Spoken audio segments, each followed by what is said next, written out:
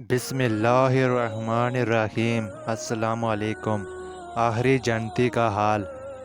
رسول کریم صلی اللہ علیہ وسلم کے مزاج مبارک کے بارے میں متعدد احادیث مبارک میں بیان کیا گیا ہے کہ آپ صلی اللہ علیہ وسلم انتہائی شگفتہ مزاج تھے اور آپ نرمی و محبت سے اور مسکرا کر بات کیا کرتے تھے۔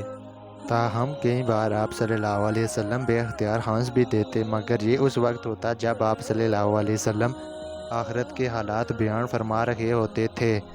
امام عسقلانی رحمۃ اللہ فرماتے ہیں، یہ کہا گیا ہے کہ آپ صلی اللہ علیہ وسلم صرف آخرت کے امور میں ہنسا کرتے تھے۔ اگر کوئی معاملہ دنیا سے متعلق ہوتا تو آپ صلی اللہ علیہ وسلم صرف تبسم فرمایا کرتے تھے۔ سیدنا ابو سعد خدری رضی اللہ تعالیٰ عنہ سے روایت ہے کہ رسول اللہ صلی اللہ علیہ وسلم نے فرمایا، اہل جنت میں سب سے ادنا مقام والے آدمی کی تفصیل یہ ہے، اللہ تعالیٰ اس کا رخ جہنم سے پھیر کر جنت کی طرف کریں گے، اسے ایک سایہ دار درخت کی شبیہ نظر آئے گی۔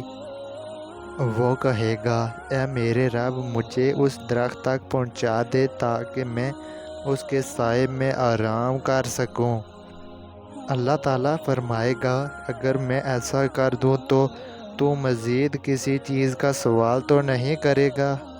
وہ کہے گا، تیری عزت کی قسم نہیں کروں گا۔ اللہ تعالیٰ اسے اس درخت تک پہنچا دے گا۔ اتنے میں اسے سایہ دار اور پھلدار درخت نظر آئیں گے۔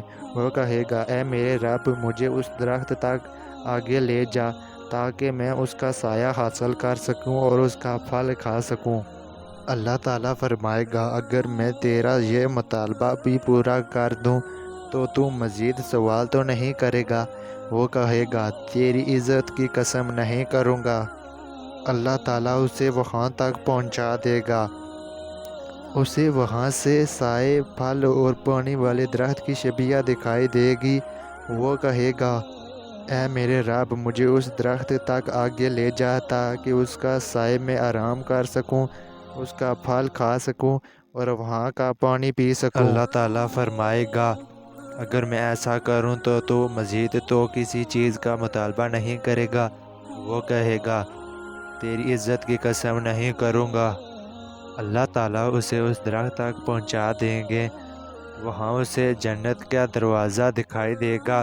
وہ کہے گا، اے میرے رب، مجھے باب جنت تک لے جا تاکہ جنت کے شیڈ کے نیچے بیٹھ سکوں اور جنتیوں کو دیکھ سکوں۔ اللہ تعالیٰ اسے جنت کے دروازے کے پاس پہنچا دے گا۔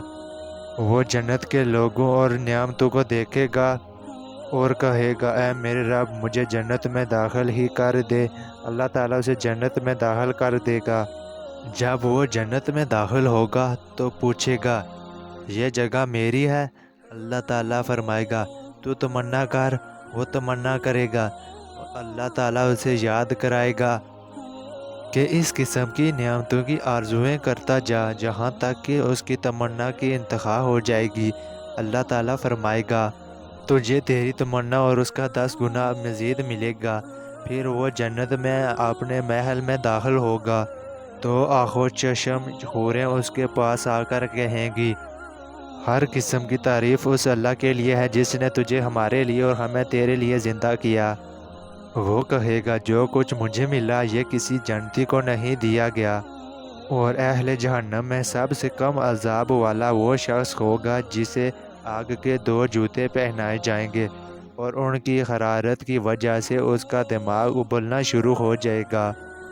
ابو سعد خدری رضی اللہ تعالیٰ عنہ اور حضرت ابو ہریرہ رضی اللہ تعالیٰ عنہ سے روایت ہے کہ رسول صلی اللہ علیہ وسلم نے فرمایا، اہل جنت میں چلے جائیں گے تو ایک اعلان کرنے والا اعلان کرے گا، تم ہمیشہ زندہ رہو گے، تمہیں کبھی موت نہیں آئے گی، تم ہمیشہ صحت مند رہو گے، کبھی بیمار نہیں ہوگے، ہمیشہ جوان رہو گے، کبھی بوڑھے نہیں ہوگے، تم ہمیشہ خوشحال رہو گے، اب کبھی تم بدحال نہیں ہوگے۔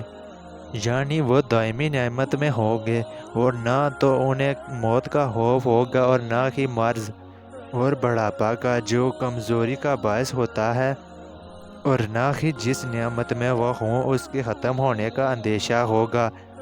یہ حدیث اور اس طرح کی دیگر حدیثیں انسان کے لیے عمل صالح کی رغبت کو واجب کرتی ہیں، جس کے ذریعے وہ اس جگہ جنت تک پہنچ سکتا ہے۔